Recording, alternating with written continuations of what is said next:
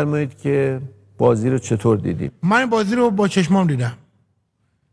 پس نظر خاصی نداره؟ چرا نظر خاصمون اینه که بازی موفقیت آمیزی بود. ما میتونستیم 70 تا گل خورده باشیم. به خاطر نامساعدی زمین و شرایط چیز باعث شد که ما 35 تا بیشتر نتونیم بخوریم. شما از این که گل خوردین راضی هستین؟ بله بیشتر میتونستیم تلاش کنیم ولی برد خوبی بود. آقای مجری خب بسیار بازی فرد پلنگی بود، بسیار همه چی خوب بوده. خب اما آقای مجری پس چرا هر وقت که ما گل میزنیم این آقای فامیل دور میخند؟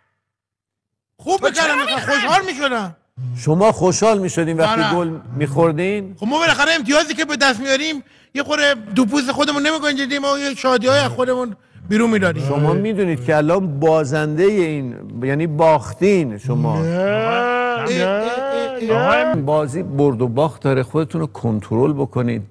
قبول دارین شما باختین؟ نه شما آقای محیطی 35 چرا؟ تا گل خوردین. آقای محیطی شما خودتون دارین میگی، شما چرا حرف اونا رو میزنید؟ 35 بیشتر یا یک؟ 35 من دیگه حرفی ندارم.